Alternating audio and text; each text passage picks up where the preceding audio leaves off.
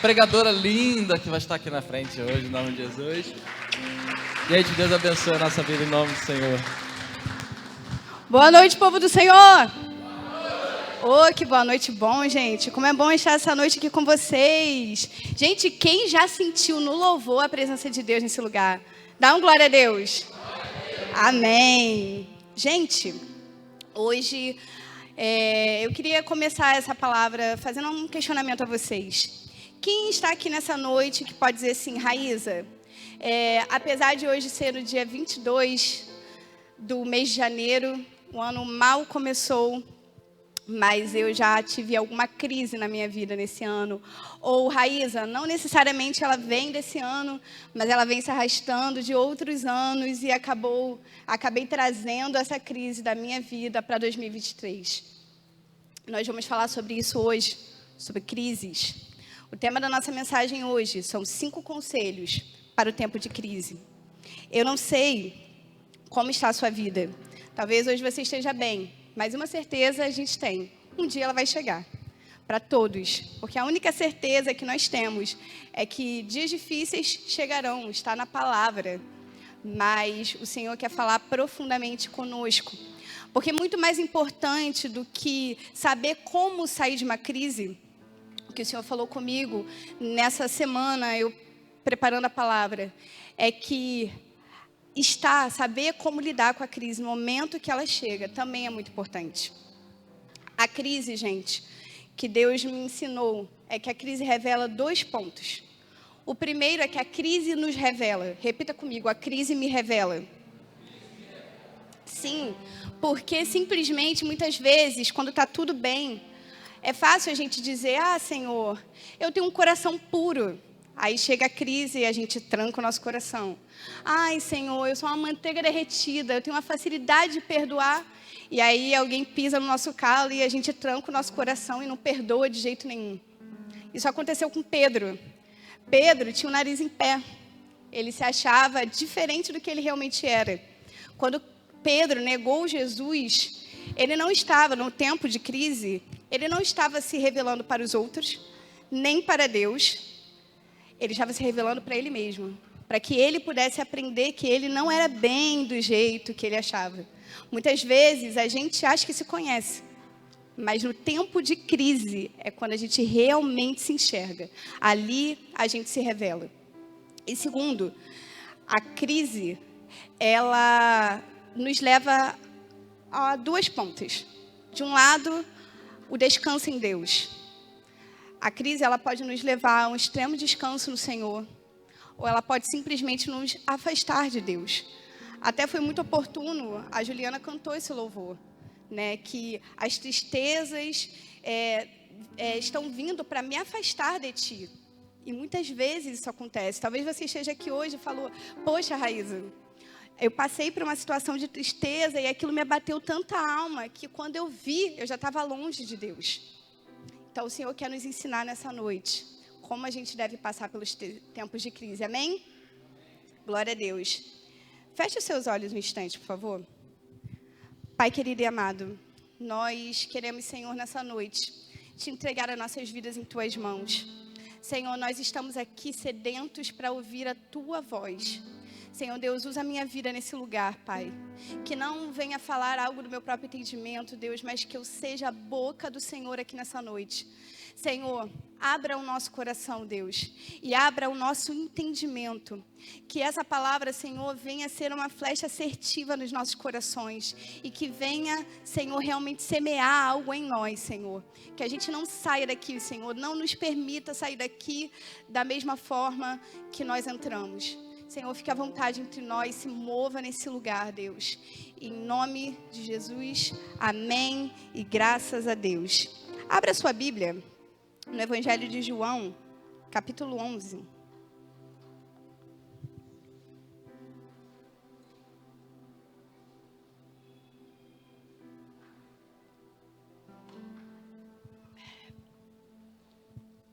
Quem achou, diga amém. Um amém meio... Nem todo mundo achou. Diz assim: um homem chamado Lázaro estava doente. era ele de Betânia, da aldeia de Maria e de sua irmã Marta.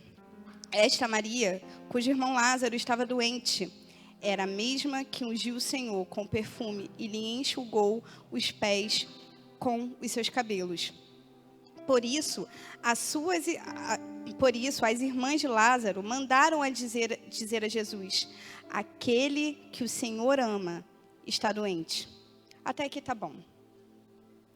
Gente, acho que todo mundo conhece a história de Lázaro, né?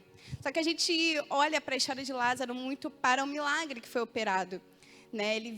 O Senhor o retornou da morte para a vida, depois de dias que ele já estava sepultado. Mas a gente precisa aprender, nós vamos aprender muito com a vida e morte dele, também como nós devemos agir nos tempos de crise. O primeiro conselho é: chame o Senhor à sua crise no tempo certo. Gente, a Bíblia não relata quanto tempo Lázaro já estava doente. A questão é, ele estava doente. Qual era a crise de Lázaro? A doença. Não só de Lázaro, mas das suas irmãs. Porém, nós vemos que alguma coisa aconteceu. Provavelmente até onde elas conseguiram resolver, até onde estava o alcance delas, elas resolveram. Mas alguma coisa aconteceu que ligou o alerta, falou: manda chamar Jesus. Diz a ele que o amigo que ele diz que ama está doente. E nós precisamos aprender com as irmãs de Lázaro. Nós precisamos aprender a chamar Jesus no tempo certo. Entenda uma coisa, gente. Muitas vezes a crise chega, as coisas vêm. Muitas vezes, pelo simples Gálatas 6:7. Tudo aquilo que plantar, isso também se fará. Mas muitas vezes, não. Simplesmente as coisas nos acometem. Vêm sobre nós. E a gente não tem controle. Só que muitas vezes o que a gente faz, principalmente as mulheres, eu sou mulher, gente, eu posso falar isso com propriedade. A gente simplesmente tenta resolver as coisas do nosso jeitinho. Porque a gente acha que a gente tem poder para resolver as coisas. Ah, Raíza, mas eu sou uma mulher de oração. Ser uma mulher ou um homem de oração e um homem e uma mulher de descanso é diferente. Quando acontece algo com a gente, o que a gente faz? A gente resolve tudo, depois que dá ruim, a gente chama o Senhor. Ou simplesmente a gente, quando a coisa acontece, antes de fazer qualquer coisa, a gente fala: Deus, eu preciso da tua orientação. Eu preciso da tua ajuda. Porque se eu fizer pelas minhas mãos, não vai dar certo. Quem é você nessa situação? Muitas vezes a gente vê que a coisa não está legal, mas a gente, pelo ímpeto da situação, de estar vivendo um momento ruim, a gente sai enfiando os pés pelas mãos, sai fazendo as coisas ao nosso modo, do nosso jeito, da forma que a gente acha, e simplesmente depois que a coisa não tem mais jeito, aí a gente manda chamar Jesus. E o que o Senhor quer nos ensinar hoje: não espere que a coisa fique caótica para me chamar. A situação veio, seja por plantio ou simplesmente porque a situação te pegou, me chame, me convide. Nós temos um Cristo que é gentil. Ele só vai aonde a gente deixa entrar, aonde a gente chama. Muitas vezes a gente quer um Deus por etapas. Senhor, na minha vida financeira o Senhor entra, mas no meu casamento não, eu vou fazer do meu jeito. Queria ler com vocês 2 passagens. Uma está em Provérbios, capítulo 3, versículos 5 e 6. Diz assim, nem precisa abrir na sua Bíblia não, pode deixar. Confie no Senhor de todo o coração e não se apoie no seu próprio entendimento. Reconheça o Senhor em todos, repita comigo, todos os seus caminhos, e Ele endireitará as suas veredas. Em 1 Pedro 5,7 diz assim, lance sobre eles toda a sua ansiedade, porque Ele tem cuidado de você. Quem pode dizer um amém? Glória a Deus. Gente, E, a despeito dessas duas mensagens que a gente acabou de ler, não se apoie no seu próprio entendimento. Lance suas ansiedades sobre mim. O que nós fazemos? Ao contrário. A gente simplesmente faz as coisas ao nosso modo. Gente, entenda uma coisa muito importante, tá? Quando Eva se permitiu corromper pela serpente, a serpente não a convidou para ser o seu Senhor. Olha, se você comer essa maçã, você vai servir a mim. Ele disse que ela seria tal como Deus. E essa é a nossa maior briga, espiritualmente falando, é deixar Deus ser Deus na nossa vida. Muitas vezes a gente se acha detentor do conhecimento do bem e do mal e quer fazer tudo do nosso modo e depois quer que o Senhor endireite as coisas que a gente fez. Alguém recebeu? Amém? Glória a Deus. Eu já presenciei divórcios em que a mulher simplesmente entrou em pânico no dia do divórcio. E ajoelhou e gritou, ai meu Deus, Senhor, pelo amor de Deus. Fez tudo errado. Aí na hora do divórcio, aí quer chamar o Senhor. Não chamou o Senhor por anos. Fez tudo o que o Senhor disse não faça. Mas na hora do divórcio, quer chamar o Senhor. Ressuscita os mortos, Deus. Ah, Raíza, mas você está dizendo que o Senhor não pode restaurar um casamento pós-divórcio? Pode. Mas ele também pode curar um tumor de 1 mês ou de 10 anos. Qual você acha que vai ser mais fácil? Para você, não para o Senhor. Porque para o Senhor, basta um estalo, basta um sopro. Mas para você, você vai sofrer mais com um tumor de 1 mês ou um tumor de anos? Um tumor de anos. Uma doença que você ignora ou uma doença que você trata assim que ela chega. Não é pelo Senhor, é por nós. Quando a gente chama o Senhor, a gente chama no tempo certo por conta de nós mesmos. Não é porque o Senhor pode fazer, porque Ele pode fazer a qualquer tempo, mas é por nós. Porque quanto mais a gente relutar em ser senhores da nossa vida, mais a gente vai sofrer. Segundo ponto, segundo conselho.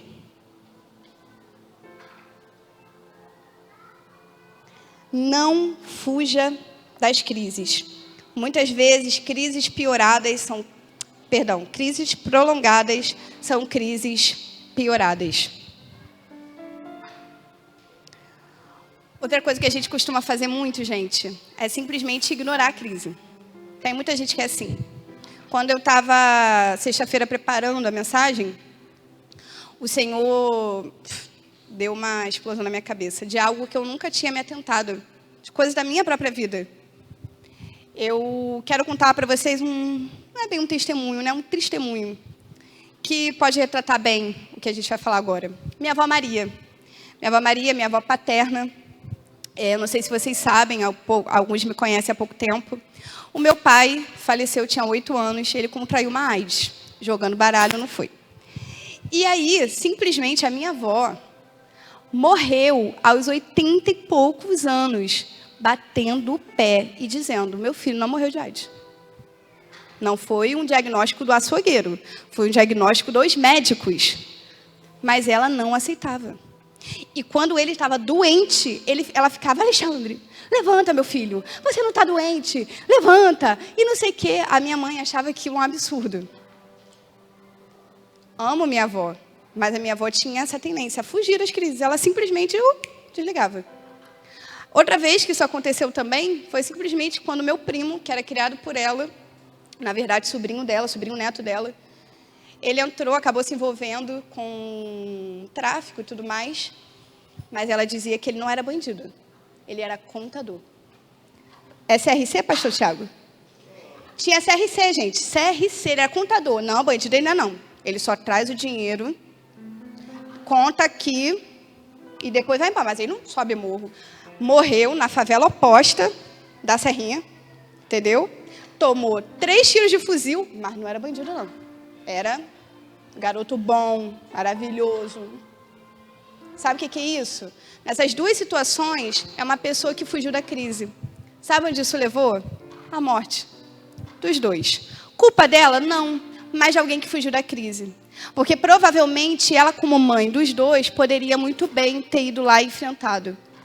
Mas o meu pai contraiu uma AIDS porque simplesmente ela achava bonitinho. Ah, homem trai, é normal. Para ela estava ok, meu pai trair minha mãe, estava tudo certo. Se sou eu ia falar assim, você está traindo tua mulher? Tá doido?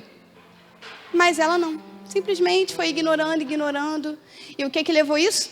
A morte. Eu vou mostrar para vocês uma outra pessoa que também fugiu da sua crise. Quem conhece a história de Jonas? Todo mundo conhece a história de Jonas, né?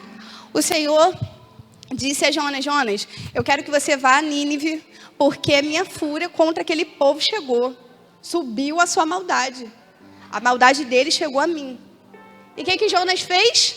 A palavra, se vocês lerem, a palavra diz. E ele fugiu do Senhor. E ele foi para onde? Para Tarsis. Simplesmente o que aconteceu? Uma crise adiada, que foi uma crise piorada. Simplesmente a tempestade veio sobre o barco. E todo mundo ia morrer com ele. Por conta de quê? De uma desobediência. Que, fugiu. Fujão. Adiantou o quê? No final das contas, eu acho que todo mundo conhece a história. Ele acabou aonde? Em Nínive. E fez o que ele deveria ter feito lá no início. Lembra que eu disse do tempo oportuno? Quando a gente obedece desde o princípio, quando a gente faz aquilo que o Senhor nos mandou, quando a gente chama o Senhor no tempo oportuno, a gente evita desgaste de no final fugir de um lugar e terminar nele. Porque a crise que você está fugindo, ela vai te alcançar, mais hora menos hora. Pergunta a um casal divorciado se um dia não era só uma briga. Pergunta a uma pessoa que foi violentada, uma mulher, se um dia não foi só um grito. Só um tapa. Gente, deixa eu ensinar uma coisa para vocês. Cuidado com a palavra só. Toda crise, a maioria delas, inicia numa palavra só. A não ser que seja assim, igual aconteceu com o cabeleireiro da Andresa. Veio uma maluca lá, atropelou ele e morreu. Com raras exceções, tudo começa num só. Um casal é só uma briguinha. Um filho é só uma rebeldia. Um trabalho, é só hoje que eu vou fingir que eu estou trabalhando, não vou trabalhar não. Aí depois é demitido. Tudo inicia num só. Cuidado com essa palavra só. Não negocie. Não negocie. Não ache que é só um só. Não fuja. Se o Senhor, e isso serve até mesmo ministerialmente. Se Deus chamou você para fazer alguma coisa, faça. Não fuja. Porque isso só vai trazer dor para você. E sabe outro detalhe? Além de Jonas, talvez você esteja aqui hoje, você é Jonas. Está fugindo, a tempestade veio. Mas talvez você esteja vivendo uma tempestade que nem a sua. E isso nos ensina também sobre quem a gente vai botar dentro do nosso barco. Porque acredite em mim, quem a gente coloca aqui dentro do nosso barco, dita muito a nossa vida também. Dita muito as crises que a gente vive. Muitas vezes a gente vive crises que nem são nossas, porque a gente coloca qualquer pessoa no nosso barco. A gente aceita a crise dos outros. Quantas e quantas vezes a gente bate a cabeça na parede, porque a gente simplesmente releva, não, está só fazendo o que o Senhor não está deixando, falou para não fazer, mas vem aqui no meu barco. E a gente vai enchendo as pessoas no nosso barco, botando a pessoa no nosso barco, e achando que está tudo bem, que você, o alecrim dourado, vai resolver o problema de todo mundo. E cuidado, quem você está colocando em crise no seu barco, porque senão vai afundar. Toda uma tripulação, é isso? Obrigada, gente. Tripulação iria morrer por conta de Jonas, por causa da crise dele, que ninguém nem sabia. Pior é a gente que às vezes sabe da crise do outro e vai enfiar no nosso barco. Cuidado, para que você não viva uma crise desnecessária, porque você está aceitando qualquer pessoa dentro do seu barco. Amém? Terceiro conselho. Não deixe que a crise corrompa a sua fé. Queria ler com vocês o que está escrito em Daniel, capítulo 3, a partir do 16. Diz assim: Mesaque, Sadraque e Abidnego disseram ao rei Nabucodonosor: não necessitamos te responder sobre esse negócio. Eis que o nosso Deus, a quem servimos, é que nos pode livrar. Ele nos livrará do forno de fogo ardente e da tua mão, ó rei. E se não fique sabendo, ó rei, que não serviremos aos teus deuses e nem adoraremos a estátua de ouro que levantaste. Gente, que como Sadraque, Mesaque e Abednego, que estava a ponto, né? Nabucodonosor havia levantado uma estátua de ouro. E ele disse, ó, quem não se curvar vai morrer. Vai morrer no fogo ardente. E o que eles fizeram? Não negociaram a sua fé. Muitas vezes, quando a crise chega, a gente acaba negociando. Lembra do primeiro conselho? Quando a gente tenta fazer tudo do nosso jeitinho? É outro aspecto. Muitas vezes a gente vai negociando. A gente está em crise. Precisa ser fiel a Deus. O que a gente faz? Escolhe negociar. Vamos negociar. Ah, puxa, o meu marido não vem para a igreja. Tudo bem. Não negocie a sua fé. Porque muitas vezes é mais fácil aquele que está lá fora nos puxar do que o que está dentro puxar aqui. Ah, ele não quer vir? Pois eu vou. Ah, minha esposa não quer vir? Eu venho. Sabe por quê? A gente não pode negociar a nossa fé. Porque é Ele que vai nos ajudar. Muitas vezes é aonde aquele louvor diz. As tristezas, as tribulações, elas tentam nos afastar. E tentam. Muitas vezes a gente batalha, a nossa alma fica machucada quando a gente vê, a gente se afastou do Senhor. Principalmente quando a gente recebe o nome de Deus. Principalmente quando as coisas não saem do nosso jeito. A gente vai ficando abatido. Quando vê, a gente está frio. A gente negociou aquilo que era inegociável. Que Deus possa trazer a ousadia desses 3 homens, Sadraque, Mesaque e Abednego, que preferiam morrer do que negar sua fé. Quantas vezes a gente nega o Senhor? Outro dia, eu estava falando sobre a questão do governo e tudo mais. E aí eu já estou o quê? Me preparando para o fim dos tempos, né? Eu falei, se for necessário, eu morro. Negar o Senhor, eu não nego. Aí depois eu fiquei pensando, cara, quantas vezes a gente fala que vai morrer pelo Senhor e nega nos mínimos detalhes. As coisas bobas, pequenas. E a gente abre a boca para dizer, não, Senhor, pode degolar. Pode matar. Tá tranquilo, vou morrer. Mas eu não nego. Quando, na verdade, a gente nega todos os dias.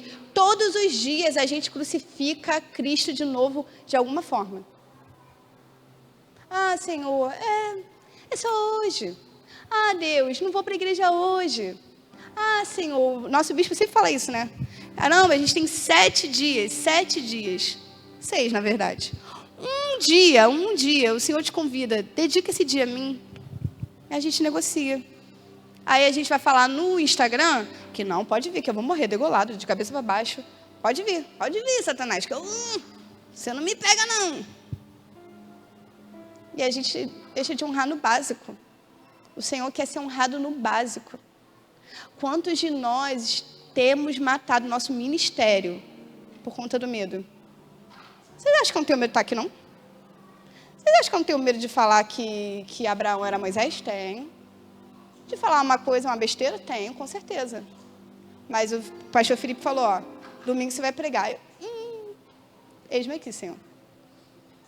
Você acha que todo mundo que toca aqui no louvor, a Juliana que bebe um óleo, que hoje estava daquele jeito o louvor, você acha que todo dia que ela sobe mais de 20 anos aqui, ela está tudo bem? Tá? Não, gente. Muitas vezes esse pessoal do trabalho, esse pessoal do louvor sai do trabalho para vir ensaiar cansado, tá quase aqui. Não há outro como morto. Deixa seus filhos em casa para poder servir o Senhor. Então não negocie o que Deus te deu na sua mão. Se Deus te deu um ministério, não negocie. Se Deus te deu a sua igreja, colocou teus pés aqui nesse lugar, não negocie. Não permita que as coisas externas vá te afetar. Não permita. Amém? Glória a Deus. Uxi! 8h27. Hoje vamos fazer vigília. Quarta lição. Quarto conselho. Compreender que existem crises que são para a glória de Deus. Voltando para a história de Marta e Maria e Lázaro. Só um minutinho.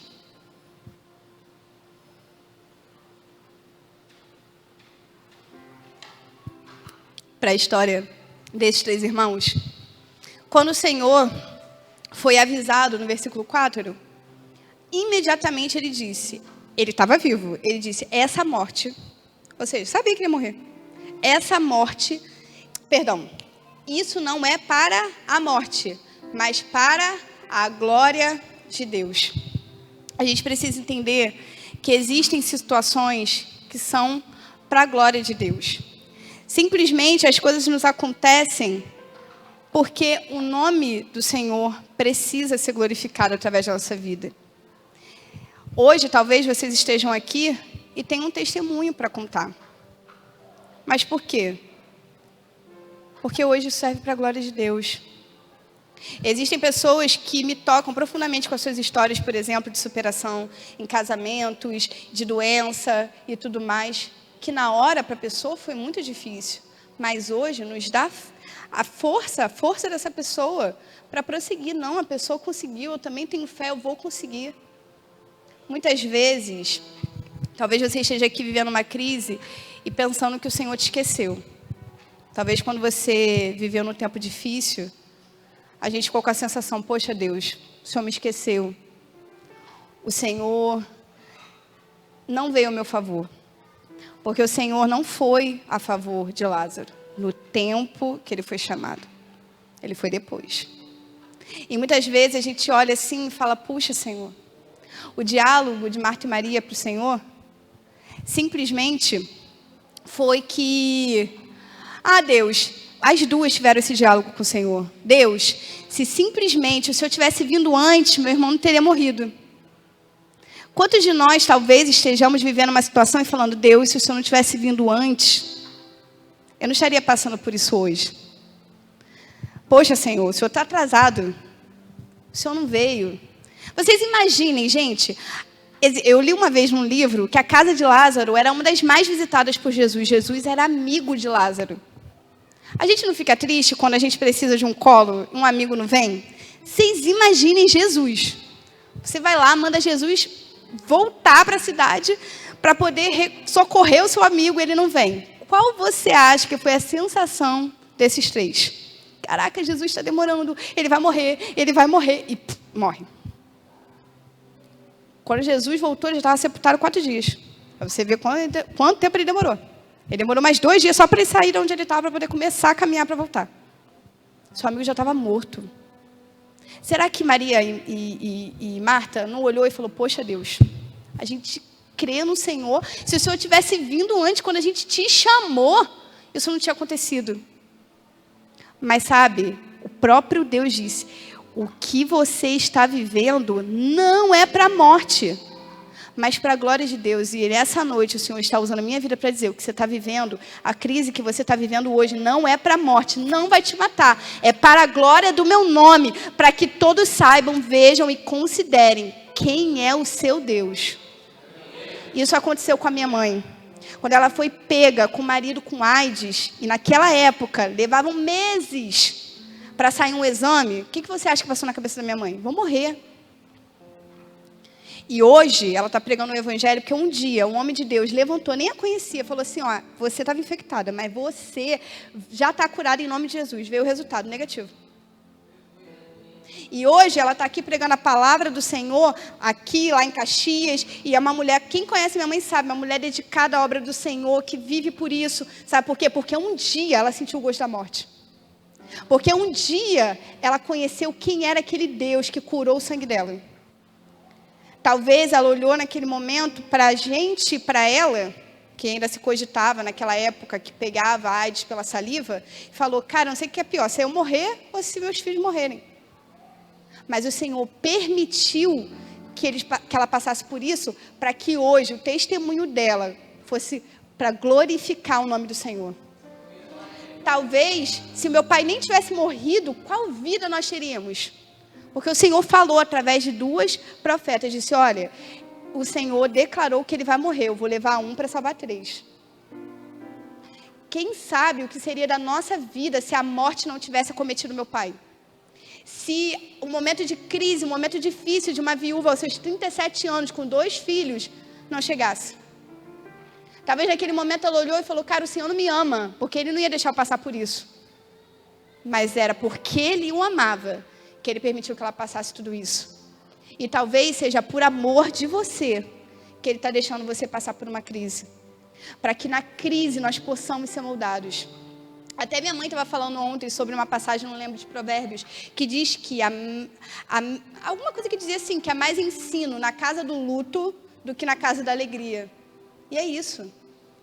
Porque na alegria, a gente quase não aprende nada, mas no luto, a gente aprende, a gente é moldado, a gente é amassado, a gente é ensinado. Então, que você não desista. Repita comigo, o Senhor está comigo. Amém, glória a Deus. E o último conselho. Existem momentos de orar e outros de agir. Em João 11, a partir do 41, diz assim, e Jesus, levantando os olhos para cima, disse, Pai, graças te dou, por me haveres ouvido. Eu bem sei que sempre me ouves, mas eu disse isto por causa da multidão que está ao redor, para que creiam que tu me enviaste. E tendo dito isto, clamou em grande voz, Lázaro, sai para fora. Quem crê que o Senhor nos deu autoridade para fazer a mesma coisa que Ele? Diga glória a Deus. Amém. O Senhor nos deu a autoridade para fazer as mesmas coisas que Ele. Então Jesus está nos ensinando. Há um tempo que a gente precisa orar. O que o Senhor Jesus disse? Pai, graças te dou, porque eu sei que o Senhor me ouves. Óbvio que Ele ouvia. Ele era Jesus. Mas Ele falou, faço isto para que todos saibam que o Senhor está comigo. Há tempo que a gente precisa orar. A gente vai começar agora com o nosso bispo, tempo de oração. A gente precisa tirar um tempo com o nosso Deus, orar, conhecer o Senhor, o convidar todos os dias para a nossa casa. Mas o que eu vejo muito acontecer é que a gente está aqui, ó. A linha de chegada está aqui. E a gente simplesmente não avança, porque a gente não tem ousadia para simplesmente gritar, Lázaro, sai para fora. Muitas vezes a gente fica crente omisso. Simplesmente a gente fica, Senhor, por quê? Muro das Lamentações. Há tempo de orar e há tempo de agir. Existe um tempo que você vai precisar se mover. Sabe quando isso aconteceu? Com Moisés. Em Êxodo diz que quando Moisés olhou para trás e viu aquele numeroso exército vindo a seu encontro. E, gente, vocês imaginem a situação de Moisés. Que tem coisa pior do que você fazer algo com 500 pessoas falando no seu ouvido? Outro dia eu fui no cinema com o Vinícius, as crianças. Cara, eu estava tentando lembrar a senha do cartão. Eu não conseguia lembrar. As crianças...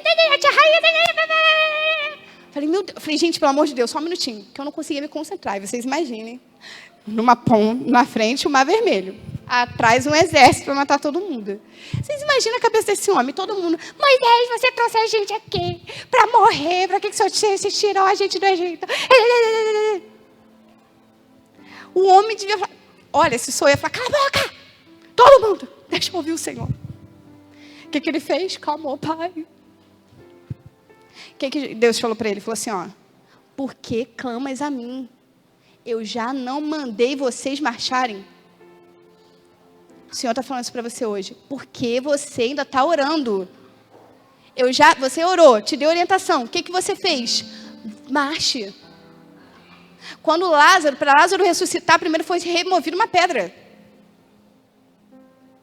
Aprenda que você tem a sua parte para fazer. Tira a pedra. O que está impedindo você de avançar? É uma falta de perdão? É, não sei, uma mudança de vida? É você obedecer ao Senhor? O Senhor às vezes já te mandou fazer algo que você não fez? É alguma coisa? Só você sabe. Eu sei os meus. Você sabe os seus. Mas faça. Para de ficar achando que você vai ficar sentado na sua casa e o milagre vai acontecer. Não vai. Porque o Senhor quer nos ensinar que existem coisas que a gente precisa avançar. A gente precisa lutar. É um filho seu que tem problema? Ora, entrega a vida dele. Fala, Senhor, em nome de Jesus. Quando ele estiver dormindo, unge, joga um óleo na cabeça dele. Mas quando você tiver que admoestá-lo, você tem que fazer isso. Quando você tiver que tomar atitudes duras, você faça isso. Não fique simplesmente sentado. O Senhor Jesus está falando, cara, levanta, anda, faça, pegue sua maca e ande. A fé é uma ação, gente. A fé não é só um sentimento, a fé é uma ação. Então, que em nome de Jesus você possa receber isso nessa noite. Para a gente finalizar, pode subir também no louvor? Gente, talvez você esteja aqui nessa noite com seu coração muito aflito, com uma tristeza, uma crise que não passa, que não se resolve. Talvez você esteja com as suas dores, eu não sei, mas o Senhor sabe. Então, o que o Senhor quer nos convidar hoje é que você venha, como a Juliana mesmo falou. Uma mulher do fluxo de sangue ficou anos naquele fluxo. Mas um dia, ela agiu a seu próprio favor. Falou, se eu ao menos tocar, eu serei curada, a minha vida vai mudar. O que o Senhor quer te convidar hoje é que você venha tocá-lo. Se mova. Aquela mulher lutou contra uma multidão para tocar, para ter favor de Deus, para mudar a sua própria vida. Então, se você tem fé nesse Cristo que está aqui, nesse lugar hoje, eu quero te convidar para você vir à frente. E você fale, Senhor, eu só vou sair daqui depois de te tocar. Em nome de Jesus. Levante e venha aqui para frente orar com a gente. Em nome de Jesus.